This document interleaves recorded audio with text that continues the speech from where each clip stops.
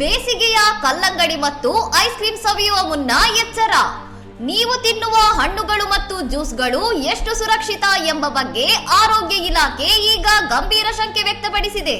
ಕಲ್ಲಂಗಡಿ ಹಣ್ಣು ಕೆಂಪಾಗಿ ಕಾಣಲು ವಿಷಕಾರಿ ಎರಿಥ್ರೋಸಿನ್ ಬಣ್ಣ ಇಂಜೆಕ್ಟ್ ಮಾಡಲಾಗುತ್ತಿದೆಯಾ? ಇಂತಹ ಅನುಮಾನದ ಬೆನ್ನಲ್ಲೇ ಕಲ್ಲಂಗಡಿ ಐಸ್ ಕ್ರೀಮ್ ಮತ್ತು ಕೂಲ್ ಡ್ರಿಂಕ್ಸ್ ಗಳ ಸ್ಯಾಂಪಲ್ ಟೆಸ್ಟ್ಗೆ ಇಲಾಖೆ ಮುಂದಾಗಿದೆ. ಬೇಗ ಬೆಳೆಯಲು ನೈಟ್ರೋಜನ್ ಮತ್ತು ಗಾಢ ಬಣ್ಣಕ್ಕಾಗಿ ಸುಡಾನ್ ರೆಡ್ ನಂತಹ ರಾಸಾಯನಿಕ ಬಳಕೆ, ಇವು ದೇಹ ಸೇರಿದ್ರೆ ಕಿಡ್ನಿ ಲಿವರ್ಗೆ ಹಾನಿಯಾಗುವ ಜೊತೆಗೆ ಕ್ಯಾನ್ಸರ್ ಬರುವ ಅಪಾಯವಿದೆ ಎಂದು ತಜ್ಞರು ಎಚ್ಚರಿಸಿದ್ದಾರೆ. ಮನೆಯಲ್ಲೇ ಮಾಡಿ ಕಲ್ಲಂಗಡಿ ಹಣ್ಣಿನ ಶುದ್ಧತೆ ಪರೀಕ್ಷೆ. ಹಣ್ಣಿನ ಹೋಳಿನ ಮೇಲೆ ಟಿಶ್ಯೂ ಪೇಪರ್ ಇಟ್ಟಾಗ ಕೆಂಪು ಬಣ್ಣ ಅಂಟಿಕೊಂಡರೆ ಅದಕ್ಕೆ ಕೃತಕ ಬಣ್ಣ ಬೆರೆಸಲಾಗಿದೆ ಎಂಬುದು ಸಾಬೀತಾಗುತ್ತದೆ. ಮಾರ್ಚ್ ತಿಂಗಳ ಆರಂಭದಲ್ಲೇ ರಾಜ್ಯಾದ್ಯಂತ ಆಹಾರ ಸುರಕ್ಷತಾ ಇಲಾಖೆಯಿಂದ ತಪಾಸಣೆ. ಕಲಬೆರಕೆ ಆಹಾರಕ್ಕೆ ಬ್ರೇಕ್ ಹಾಕಲು ಆರೋಗ್ಯ ಇಲಾಖೆ ಈಗಿನಿಂದಲೇ ಅಲರ್ಟ್ ಆಗಿದೆ. ಇನ್ನಷ್ಟು ಸುದ್ದಿಗಳಿಗಾಗಿ ನೋಡ್ತಾ ಇರಿ ಸೌರಂ ಟಿವಿ.